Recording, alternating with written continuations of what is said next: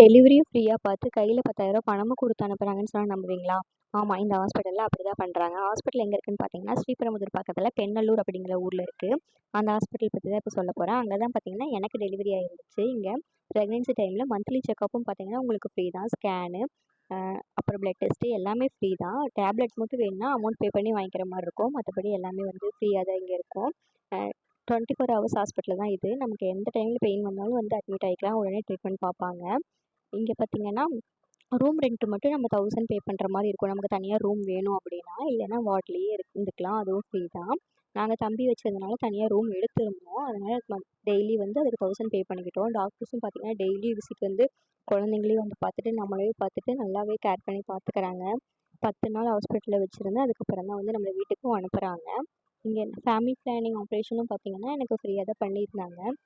2மே பண்ணியிருந்தேன். ஃபுட்டும் பார்த்தீங்கன்னா டெய்லியும் நமக்கு பேஷண்ட்டுக்கு வந்து 3 வேளையுமே ஃபுட்டு கொடுத்துட்றாங்க. நம்ம கூட இருக்கவங்க வேணும்னா கேன்டீன் இருக்குது, அங்கேயும் போய் வாங்கிக்கலாம். அங்கே ரேட்டும் கம்மியாக தான் இருக்கும். ஃபுட்டுமே பார்த்தீங்கன்னா நல்லாயிருக்கு. இந்த ரூம் தான் பார்த்தீங்கன்னா நாங்கள் எடுத்திருந்தோம். ரூமுக்கு மட்டும் 1000 பே பண்ணோம். மற்றபடி எல்லாமே அங்கே ஃப்ரீ தான். வீட்டுக்கு அனுப்புறதுக்கும் கேப் ஃபெசிலிட்டிஸோட நம்மளை வீட்டுக்கும் பார்த்தீங்கன்னா அனுப்பிடுறாங்க. வீட்டுக்கு போகும்போது கையில் 10,000 பணமும் கொடுத்து அனுப்புகிறாங்க.